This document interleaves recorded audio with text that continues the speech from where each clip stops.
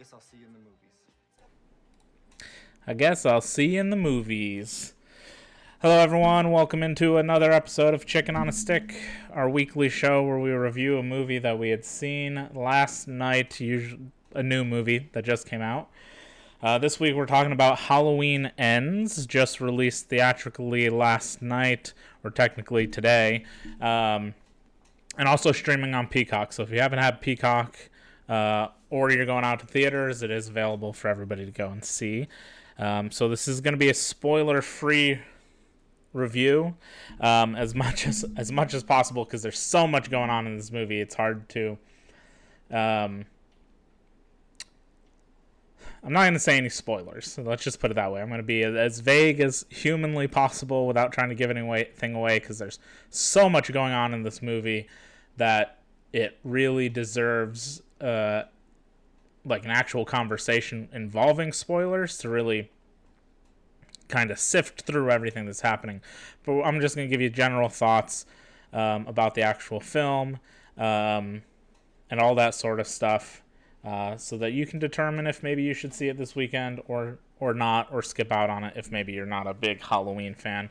I am solo today. Unfortunately, Maggie had not necessarily commercial. Wait, what? Spoiler free or spoilers? Oh, of course, spoiler free.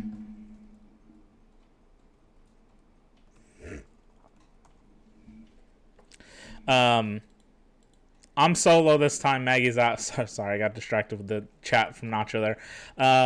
Maggie had a dinner thing with her family that she had to go to, so she couldn't quite be here for this.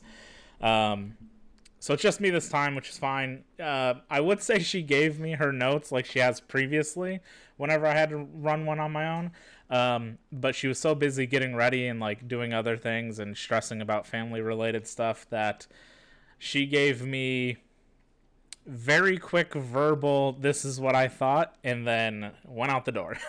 So I'll try to, I'll probably maybe say that stuff at the top so I don't forget, and then we'll kind of jump into what I thought. Because I'll remember what her review score was. That one's pretty easily, but as far as her general thoughts.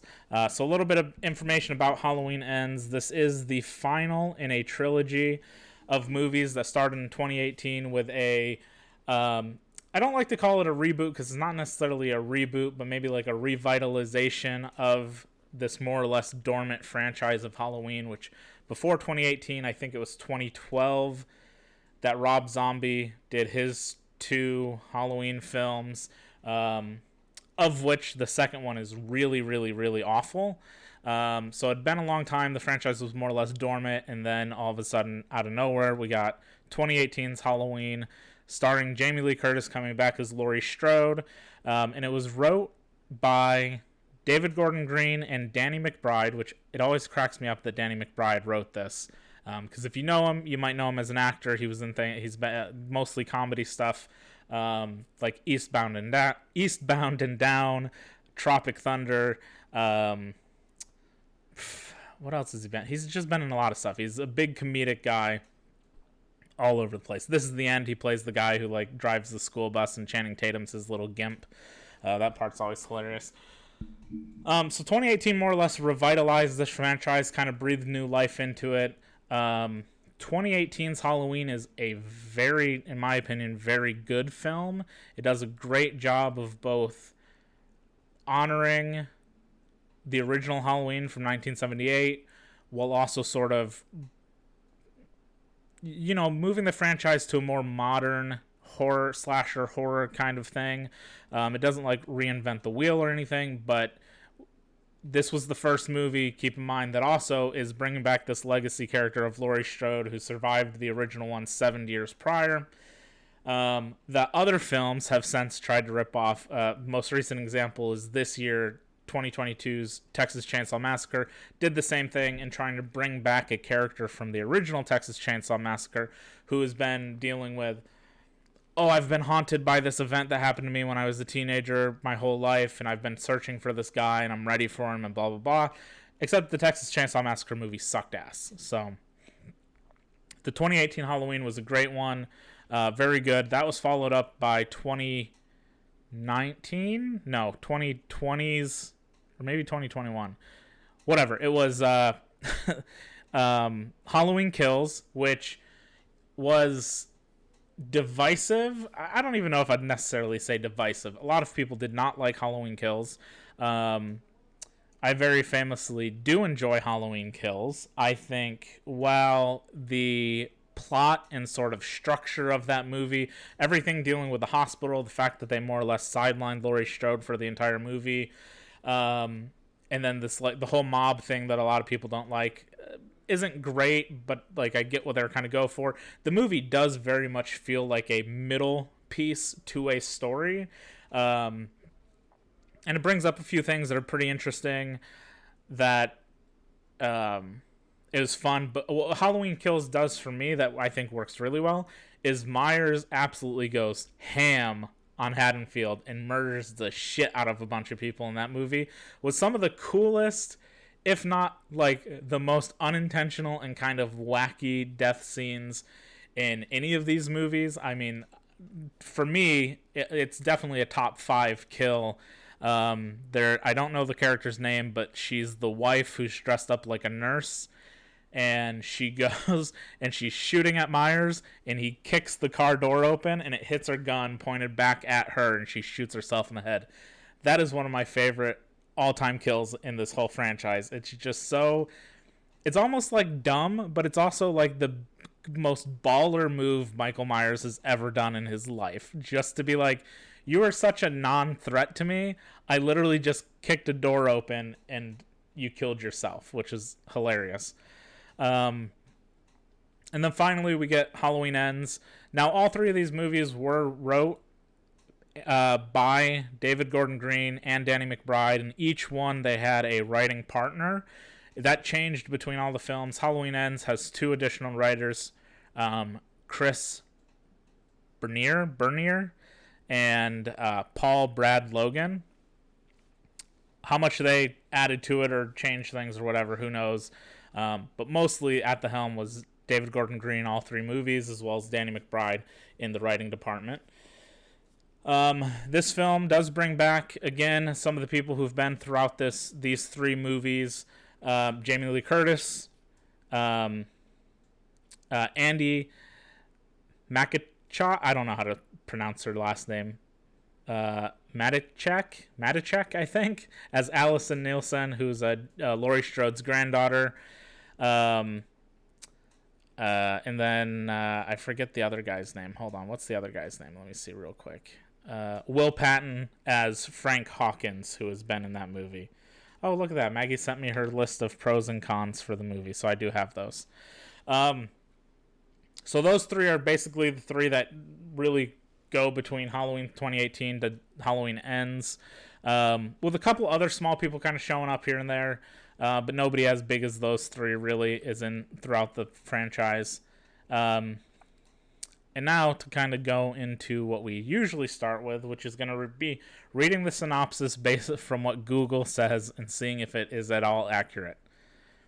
So 4 years after her last encounter with masked killer Mike Myers, Laurie Strode is living with her granddaughter and trying to finish her memoir. Myers hasn't been seen since, and Laurie finally decides to liberate herself from the rage and fear and embrace life. However, when a young man stands accused of murdering a boy that he was babysitting, it ignites a cascade of violence and terror that forces Laurie to confront evil she can't control. I mean, that kind basically gets what the point of the movie is. It's definitely, I mean, I might say kind of misleading, perhaps. But no more so than any of the trailers. All of the trailers man, they sure did a good job. So we talk about trailers sometimes in here, and typically we consider whatever's in the trailer is fair game as far as talking about it in context to the reviews. And the trailers for this film are unintentionally well done trailers. Now, what I mean by that is typically we can come back and be like, well, this, it's pretty well known in just sort of the film community, and even people who aren't really embedded in the film community, that trailers, especially maybe over the last 20 years or so, have really gone into showing you more or less the whole movie, showing you a lot of the movie, the majority of the movie. Maybe they leave out like a surprise twist at the end or something, but typically trailers kind of just show you the whole movie. And oftentimes that can lead to like you going and seeing a movie because you saw the trailer and you're like, oh wow, that looks pretty good. And then you go see it and you're like, wow, that whole movie was exactly what the trailer showed me. And sometimes we praise movies for having really good trailers that don't give you anything. Now, the most recent movie I can think of where we did that was a few weeks back. We saw Barbarian, and we both thought that the first trailer for Barbarian, the original trailer that was released, was an excellent trailer because it managed to only use footage from the first maybe like 30 minutes of the movie. They managed to put together something that kind of got the point across without giving you really any information about the actual film or the going-ons anyway, which was excellent. This movie does almost the same thing, but in a totally roundabout, unintentional way. It does a good job. It is a misleading trailer. I will say that. It's definitely a misleading trailer in the sense that while it shows you a lot of things that do happen, like a lot of horror movies will show you kills and things like that. So the trailer has a bunch of kills and presumed victims and stuff showing up here and there. But it is very much a total red herring almost.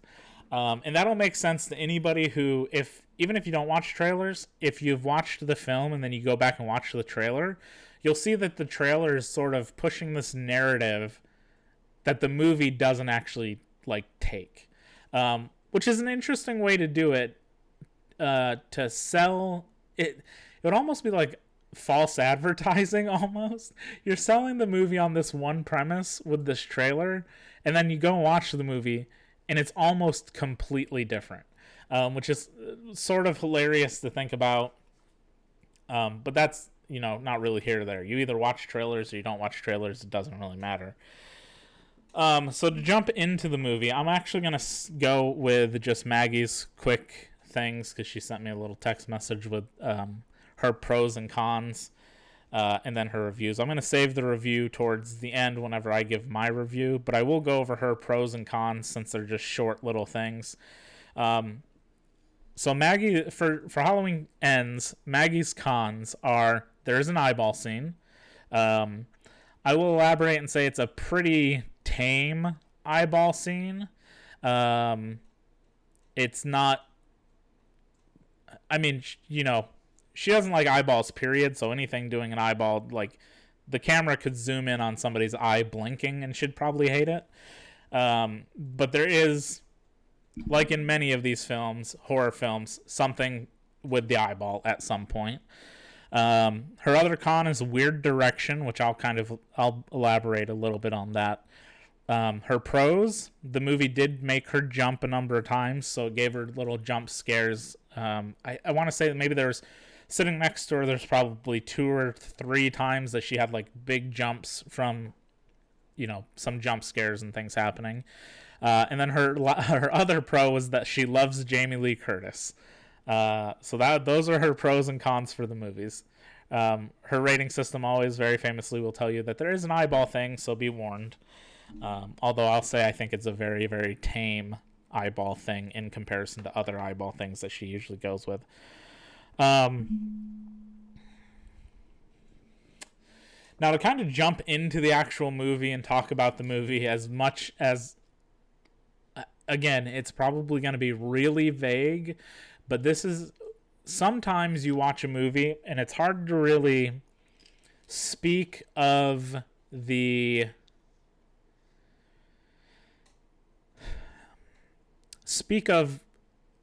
the whole, like, man, I don't know how to say this. It's hard to speak of the contents of the movie without actually really giving away the movie or spoiling the movie as a whole. So I'm going to be probably pretty vague on a lot of this stuff. I think if you've seen the film, you'll be able to kind of relate to it or understand maybe what I'm trying to say or get to.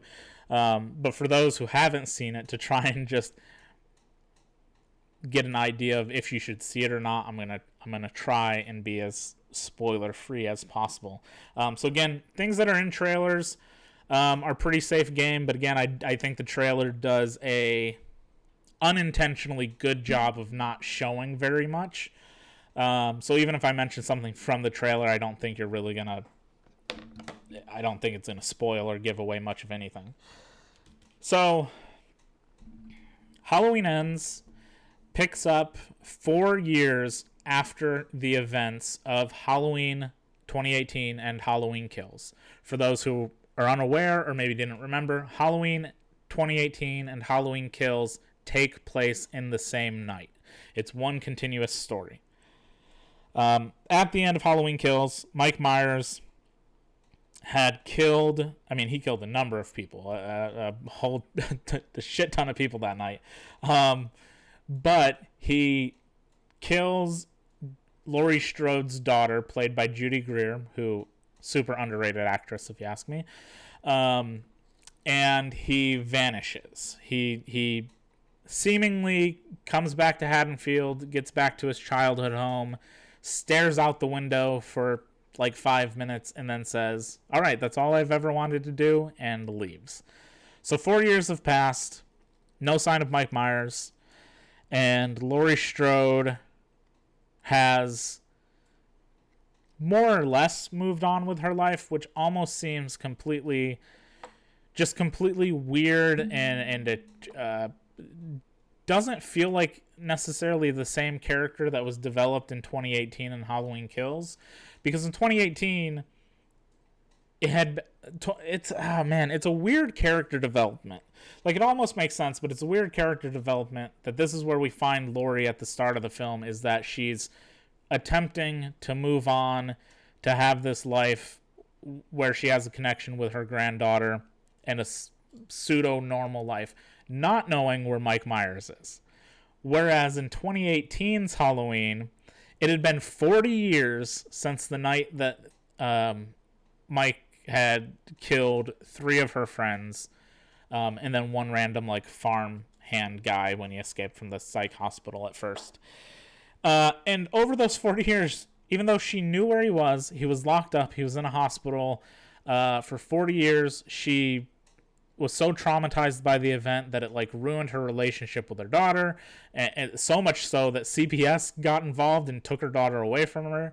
She had built this house which was secretly a trap for if Mike Myers ever showed up again. She learned how to shoot guns, defend herself, all this sort of stuff.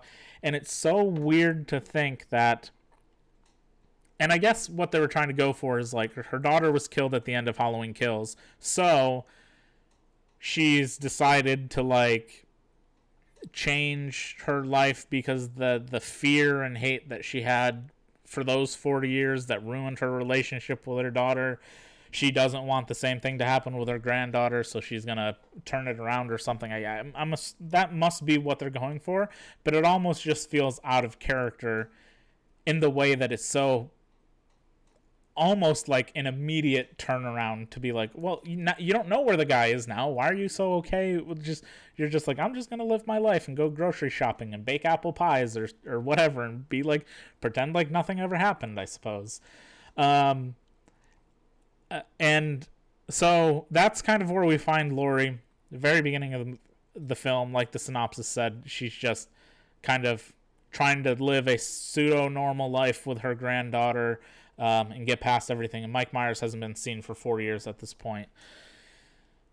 And we get introduced to a new character named Corey, who is, I believe at the very start of the film, he says he's 21, and then 3 years pass, so he'd be 24-ish during this film. And surprisingly, he happens to basically be the lead of this movie, which is the first sort of change and twist that's kind of shocking, is that we basically follow this completely new character. And Corey has, as that synopsis mentioned, there's an event in his past that happened between 2018 Halloween and Halloween Ends, that sort of, I don't know that outcast would be the correct word, but he's sort of ostracized by the community because of this event. Whether it was purposeful or accidental, doesn't really matter. The community kind of, after everything with Mike Myers, everybody going through Mike Myers twice, and all the stuff that happened in 2018, the community is pretty, I guess, pretty shitty. I guess the moral of the story is, like, everything we saw in Halloween Kills with the mob mentality and, like, how shitty Haddonfield was, and it's like the trauma to the city and how people are reacting to these tragic events and whatever.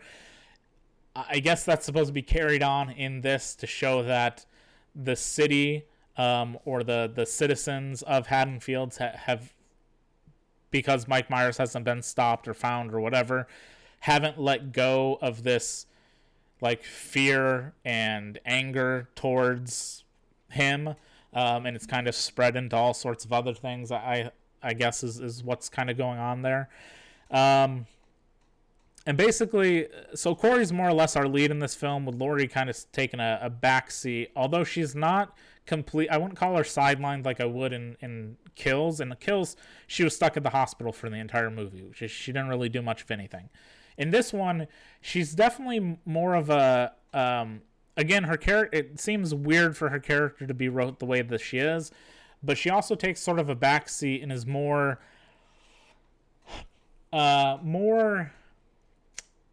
maybe aware or perceptive to the happenings going around town. I guess maybe I'd put it that way, is that she's more aware of things, and we see things kind of from her perspective at times, where she's the viewer of things happening, and it's supposed to be, along with her character, you're kind of piecing things together, cycling through things, trying to figure out what the fuck's going on.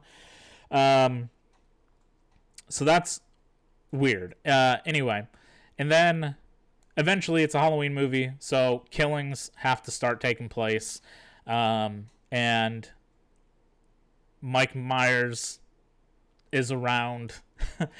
I'm not gonna try and go into anything. There is a little weird, like, love story thing happening between Corey and Allison, so the lead, and then Laurie's granddaughter, Allison, who from Halloween 2018 Halloween Kills. So those are, like, our three central cast, basically, where everything that kind of happens somehow involves all three of them in some sort of way. It's, the movie takes some almost shocking, I won't say twists, but has made some decisions that on a surface level are almost baffling to understand why the film went this way. There's story elements, and definitely story beats where things are, the movie is an hour and, like, 56 minutes long or something, just short of 2 hours. And in that whole time, it's almost like you're waiting for something to happen. And these smaller events kind of keep happening. You're like, okay, I think I see where this is going. And then it doesn't. And then it starts going somewhere else, and you're thinking it's going there, but it doesn't. There's a lot of things that for me felt like there were many different ideas or concepts, and it could be, again, there was 4 writers on this, so it's totally possible that Danny McBride and David Gordon Green, like, turned in a script at one point, right? Their first draft. And for whatever reason, Blumhouse or whoever overlooked it, was like, oh, well, we like this, but maybe you should add this thing, or maybe you should do that thing, and then they bring in another writer and that guy does a treatment, and these little things get added, but they keep in sprinkles of those other original ideas. It almost just feels like there's maybe like 4 different storylines or ideas that they had that all start and then at different times just get forgotten about, just fall off almost entirely. There's multiple times where it feels like there's some ideas in there and some things in there that I think are like really good, really interesting things that could be explored. And even I would even go out on the limb and say that what's at the center of the story is interesting enough to where it probably could have been its own thing, completely removed from Halloween, from Mike Myers, Laurie Strode, all of that. You could have totally removed that central plot line. You'd have to change up a few things to make it fit to not be Halloween related, but it almost feels like it could have just been its own entity. They could have done something separate and different, and it could work. But in the context of being the third in a trilogy, to then try and do this stuff just doesn't. First, less than 2 hours isn't enough time to like flesh out some of these ideas that are brought up. Second, it doesn't conclude or finish off ideas that were presented to us in Halloween Kills. In Halloween Kills, for example, there's a line that Laurie says while she's in the hospital, and this was a big line that was played in all the trailers, and it's a big sort of moment where she says something along the lines of that Michael's no longer a man, that Michael, calling back to Dr. Loomis, who says that in the original film that Michael is pure evil. Like, he is just evil. There's no humanity behind his eyes. All he is just evil. And Laurie in Halloween Kills kind of reinforces that, but almost to an extra level. She says to Frank when they're both in the hospital that he is transcended, that every time Michael kills somebody he gets stronger and he's transcending to something more than human. Like, the evil in him is transcending. And it almost puts this flair of like that Michael's a supernatural entity and not just a like 50-year-old psychopath, completely devoid of any sort of like empathy or emotions or whatever.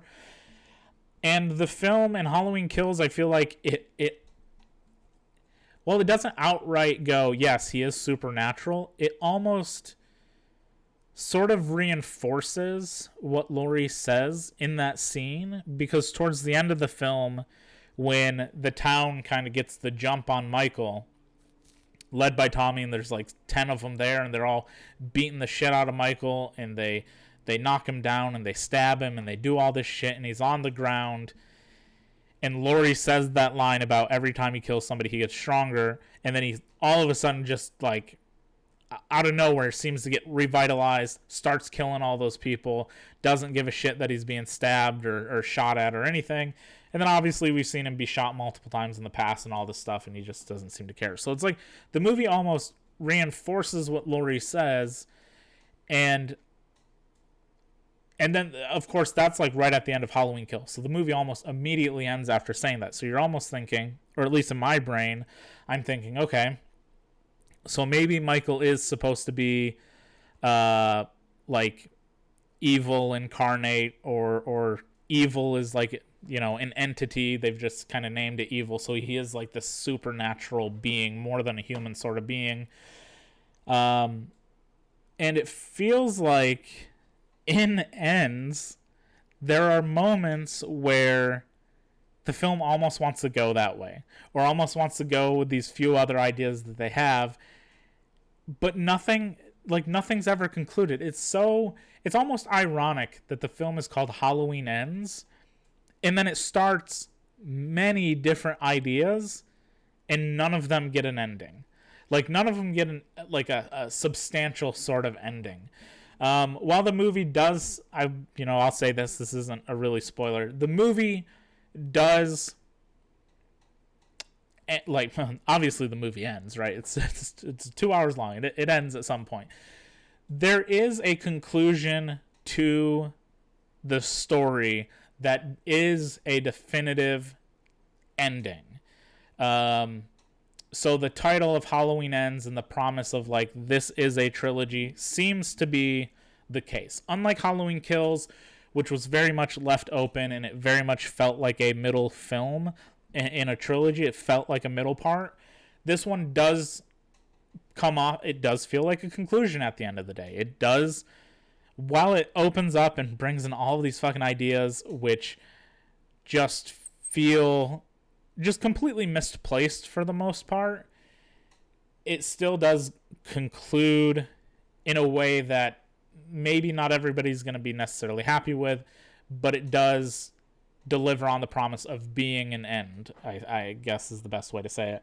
And while I say all that stuff, it sounds like mostly negative. Like, they bring up all these things, they don't do anything with them, these characters, whatever. I don't think this movie is necessarily badly made.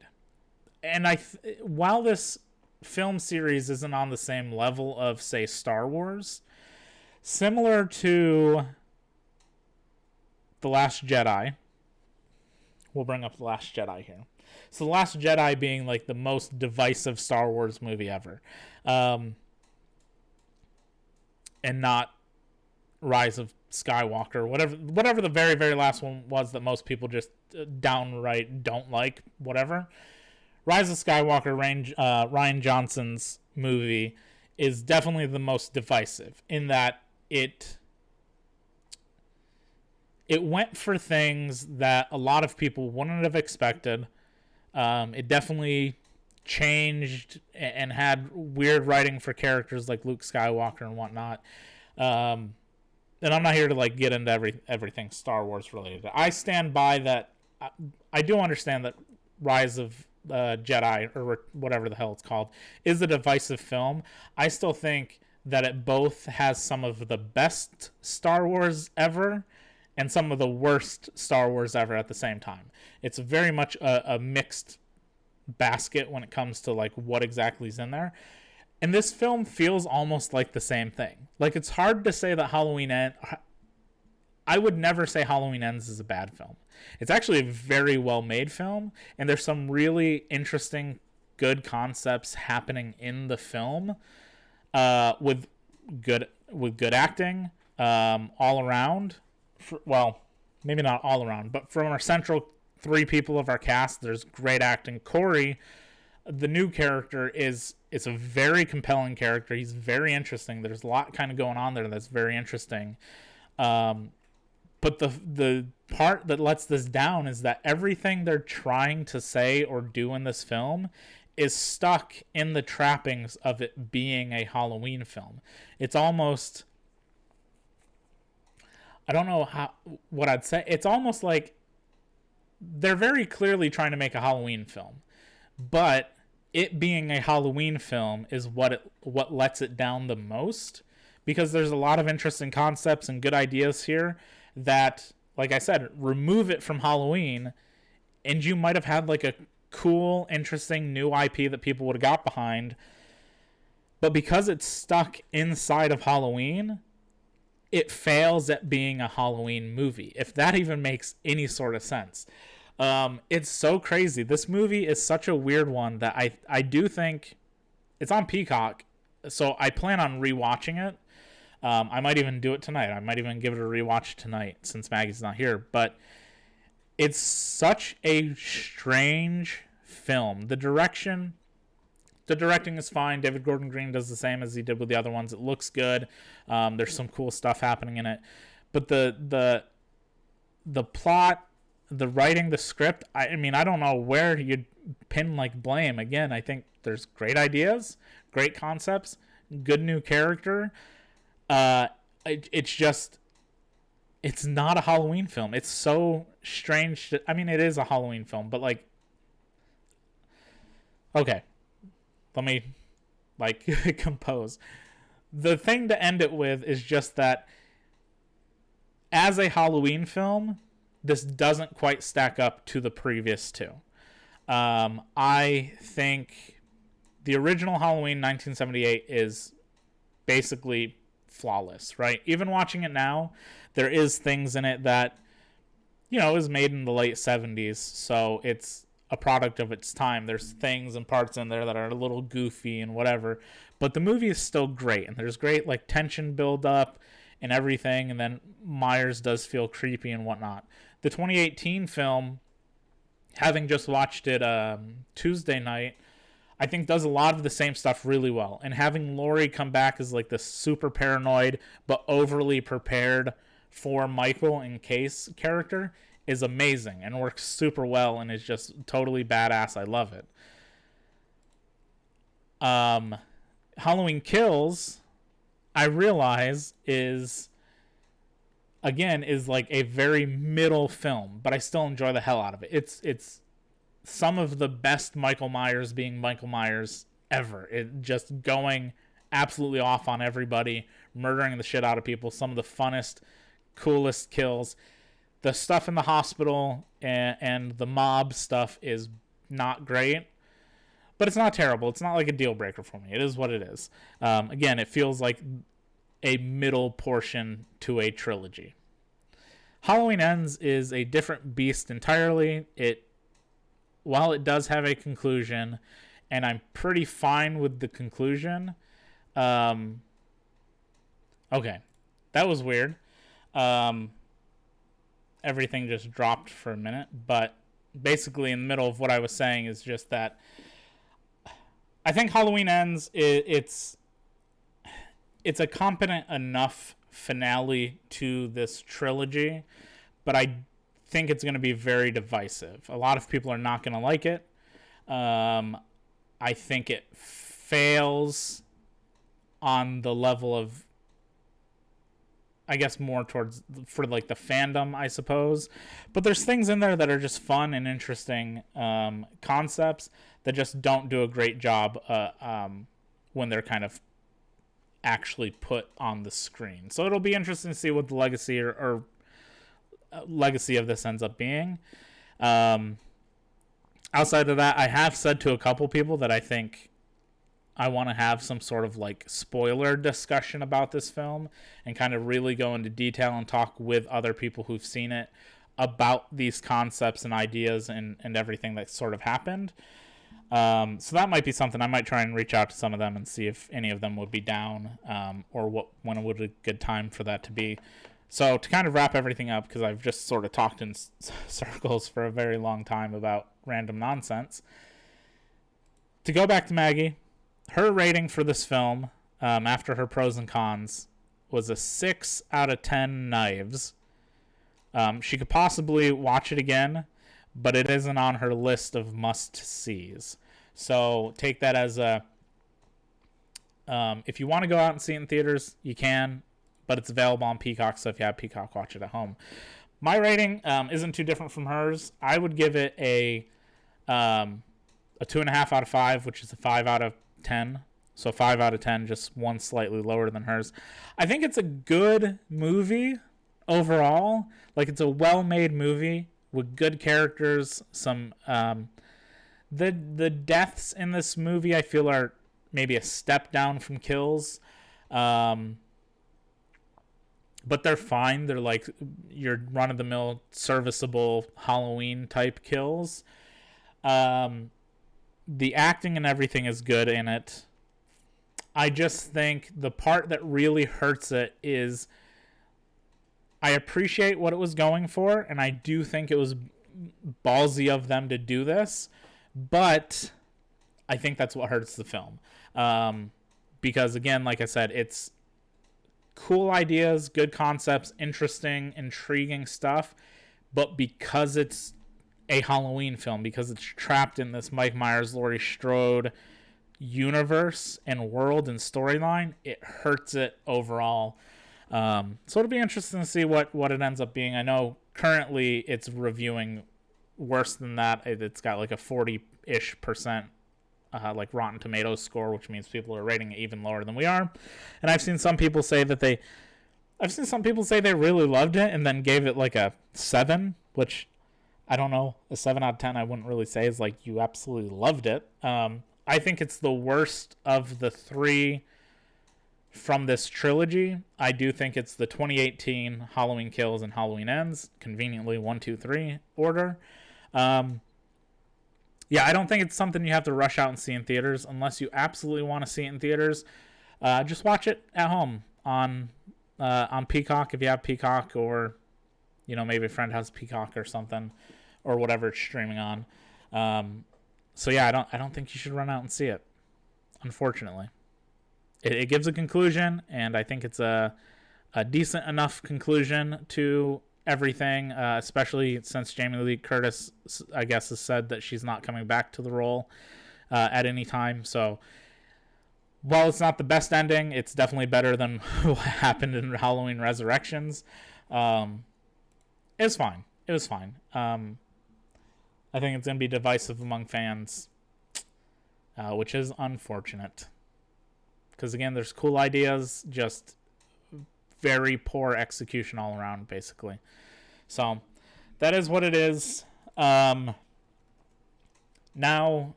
so if you put our scores together, we give it a 5.5 out of 10. Next week, we will be back with another review. As always, we're here live every Friday doing a review of the movie we had just saw last week. Next week, if I had to guess, it's going to be Black Adam, a superhero movie led by Dwayne "The Rock" Johnson, as that's the big one that comes out, along with Ticket to Paradise, which is a who the hell's in that? George Clooney and Sandra Bullock comedy of some sort, or maybe The Banshees of Inisherin, which I'm sure I mispronounced that, but I don't know if that's playing locally or not, but I do look forward to that one as well. So we'll be back next week, like I said, most likely with Black Adam. If not, you can always follow us at all of our social places, especially basically Instagram, or join the Discord. I share all of the reviews and everything for anything we see on those places, so you can follow all that sort of stuff. Yeah, and give us a follow there and follow. I try and do some fun things on Instagram, and it's on Facebook as well throughout the week, like trivia on Tuesdays and on this days, Thursdays, and then I'm trying to put in some classic reviews on Wednesdays as well, some like older films, and I'm trying to maybe think of other fun ideas. I know we're like one follow away from 100 on Instagram, which is pretty cool. I did watch, here's a little something. This may be a little preview. This will be a review, and to be fair, I have seen this movie before. I originally saw it in, I'm pretty sure in high school once, and I just like absolutely fell in love with it when I saw it in high school. But I rewatched it recently because I've owned it for a while, and I haven't watched it in a long time, and I just figured, why the hell not? Because I've been watching a lot of James Stewart films lately. So this will be one that I do a classic review on in maybe the next week or two. And that's going to be Mr. Smith Goes to Washington. Very good old as hell movie from like 1939. Just absolutely fantastic movie. I also like these. I don't see many of these anymore. These like little book ones with releases that have these like all these inside pages and stuff. I forget what exactly they're called, but I do really like that movie. I fell in love with it back in high school. You watched it fully for the first time like 2 years ago. How'd you find it? Did you like it? It's an interesting movie, and watching it again just the other night, I wasn't as familiar with James Stewart back in high school as I am now. Like, I knew him from, It's a Wonderful Life, because It's a Wonderful Life plays every year on like Halloween, on Christmas. So that's probably like the only James Stewart movie at the time I probably could have ever listed. And I don't know why we watched that movie. It must have been like a history class or I don't know, economics class or something, that we just watched it one day. But I just really like this movie. Gene Arthur in this film, who plays like his secretary, is such a like a smart ass character the whole time, which is great. And it's so. I think the thing that I latched onto that I really like, because this would have been at a time when I was like first starting to kind of pay attention to like politics and whatever, was just like that things apparently sucked back then too. like like very clearly this is saying like the Senate is like the people there are fucking awful, and you know, that their votes and shit and things that they back are bought out by other people and yada yada whatever. And it's as true today as I assume it must have been back in 1939 whenever this movie was made, because you could literally transport this to today, and outside of maybe the children running around inside the Senate, because I have no idea what that's about, it would absolutely work in today's political climate as much as it does then. Yeah, same with 12 Angry Men. There's a lot of movies that I feel like back then that it's like eye-opening. That's kind of how I felt about like Some Like It Hot, the first time I ever saw Some Like It Hot, 1959, where I was just like, holy shit, I didn't know they made movies like that dealt with these sort of topics back then. It almost felt, you know, some of those films back then, it'd be like, that's sort of like a taboo subject. You don't talk about that. There's cross-dressing in that movie and all these other things, and there's jokes. There's a joke about being gay, and it doesn't matter that you're a man. We can still get married and whatever, and that. And I was just so surprised by that the first time I had ever seen that. So I think it's a lot. Like I said, with Mr. Smith Goes to Washington, it was just kind of eye-opening to be like, holy shit, like the stuff that it talks about is just like, are you serious? Like that was like that back then. What the fuck? Oh yeah, I know Some Like It Hot pissed people off. It was banned in like Kansas or at least in Nashville, or maybe Memphis, one of the places. Maybe it was Tennessee or something. One state like completely banned showing it. And then another place, other towns stopped. The Roman Catholic censorship board, or whatever the hell it was called, wanted to be like, you can't show this kind of movie. It's just crazy. Shit like that's just, it's hilarious. It's not surprising to find out those sort of things, but also at the same time, it's just like, I guess shows my lack of knowledge, or whoever the viewer maybe for the first time now's lack of knowledge would be, of like what the not even necessarily political, but what the climate of like acceptability was back, you know, 100 years ago when these movies were made, that people are just like, you can't do that, and they do it anyway. And I'm just always sometimes surprised by some of those things. Anyway, that's a lot of rambling. So that'll be coming. And then I imagine we still haven't watched a couple films over here, and I know one of these films does have blackface in it at one point. I don't know what year that movie was made. I would assume probably in the 30s. 1936. So that'll be interesting to see. I don't think or know off the top of my head if I've ever seen a film that has blackface in it before, like intentional blackface, like way back in the day blackface. Not like, I guess it would all be intentional, but not played in like a sort of comedic way, because I feel like there's movies, and you know, like there was like White Chicks, which was sort of the opposite, but I feel like there were some movies around that time frame that sort of did it too. Or I guess technically Tropic Thunder, which I mentioned earlier, has Robert Downey Jr. portraying a character who completely changes the pigment of his skin to play a character. But like, you know, old Hollywood blackface that is not very favorably looked at. So that's going to be interesting to see.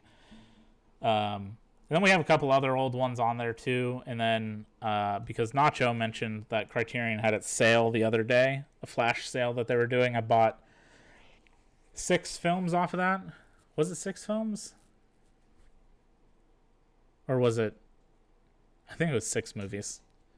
Um, does the original King? Oh no, the original King Kong versus Godzilla. I thought you just meant the original King Kong. I was like, I don't remember the original King Kong. It's like I don't remember that movie having blackface in it, but it probably did. I'm sure most of those indigenous tribesmen were probably white people, but I guess I never really thought about it. So yeah, some of those other ones that I ordered, I don't think I've ever seen. Yeah, I've never seen any of them. So those will probably get added to the backlog of watching old movies and doing reviews of those too. So we'll see. We shall see.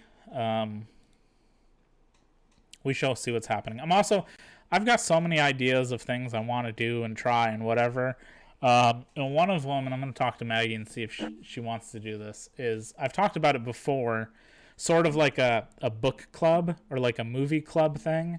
And I think I've decided that maybe to try, and if people were interested, sharing like a movie a month to be like, here's your movie, watch this sometime this month, and by this date, like, send me your thoughts about it or something, and then maybe making some sort of follow-up video or during a stream talking about what people thought of it.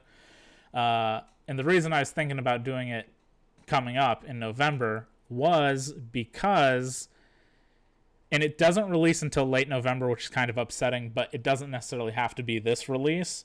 But what made me think about it was on November 22nd is the 4K Blu-ray release of Planes, Trains, and Automobiles with 70 minutes of never-before-seen footage. That's been, I don't know if it's been restored or if they're going to be stills or what exactly all is going to be encompassed in it, but it's a bunch of stuff that was completely cut for the movies that people thought was lost, seemingly. So that's going to be interesting. So I was thinking, and also because Planes, Trains, and Automobiles is a Thanksgiving movie, to do maybe, it's a relatively popular movie. A lot of people know it. Plenty of people have probably seen it before, but maybe being like, for the month of November, watch this at some point. By this date, give me your like a paragraph or a couple sentences of your thoughts on the movie, what you would rate it, that sort of thing. And then doing some sort of follow-up and being like, here's what everybody thought. Or if there's enough people who would be interested to, maybe have like a Discord call one night or something and just record people talking about it for like in 30 minutes or something. I was thinking of other ways to evolve that outside of just me being like, watch this movie, watch this movie, watch this movie. I was thinking that it could also be if people wanted to do that and joined, doing like rotating responsibilities of who picks a movie, and then kind of leads it, because I think that's how book clubs typically work, right? Is like somebody suggests a book and then everybody reads it and then they get together and sort of talk about it or something.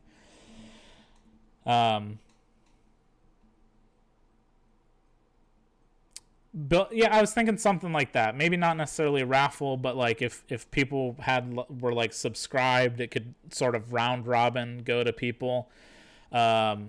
When it's a small group, it's easier to just go like 1, 2, 3, 4, 5, 6, and then if it does get large enough, it could be something where you raffle it off. And maybe even, I figured it's easy enough to start it at, like, let's say 1 month. It gives enough people time to actually fit in a viewing of the movie at some point and put together their thoughts and all that stuff. But then if it gets, enough people or traction, you could go to like twice a month, maybe every 2 weeks there's a new movie or something like that. I just think that'd be fun. Get a little sort of community thing kind of going. No real like pressure. It's not like you have to watch it in like 2 days. You can have like a whole month's worth of time to figure out when you can watch it or fit it in and all that sort of stuff. So we'll see. I'll talk to her. I know we have talked about an idea like that before, but I think before I was like every 2 weeks or something. But I think since we don't have It's not like we've got a massive audience, but maybe being like, here's this month's movie, watch it and tell me what you think, could be easier to do with a bigger allotment of time.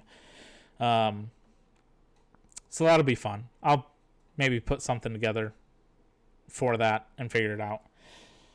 Outside of that, we're like one follow away from 100 followers on Instagram, and then I think we're at like 51 or 52 on Facebook, which is pretty nice. So I want to start. I got to start, like, I don't know, doing more. I guess I don't know how to put that. But anyway, we've been going for about an hour. Gave our reviews of Halloween Ends. A 5 from me, a 6 from Maggie, who's not here. I think safe to say, stream it. Don't necessarily need to go out to a theater to see it if you do want to see it. It's really, I'm still baffled by the movie. It's such a strange movie the way that went. But outside of that, we will be back next week again, like I said, with Black Adam. Maybe, I don't know, there might be some reviews or something this week. I'm not really sure. I know there's a new horror movie Maggie's been wanting to watch on Shudder, which we just haven't got to yet. And then there's a lot of other things, so maybe more of those reviews and stuff will show up on Instagram. And then, yeah, so we'll see everybody back here next week with talking about Black Adam. Who knows? And maybe more stuff. I don't know. I have so many random ideas. It's just about figuring out how to execute them or what would work best. Anyway, thank you everyone for coming by. Nacho for hanging out. Everyone else, we will see you all next week. So have a good week. Go watch some movies. Tell me about the movies you watch. All that sort of stuff. Follow all the things. Join the Discords. Do all that sort of stuff. We'll see you next time. So goodbye. Which one is the ending button? This one?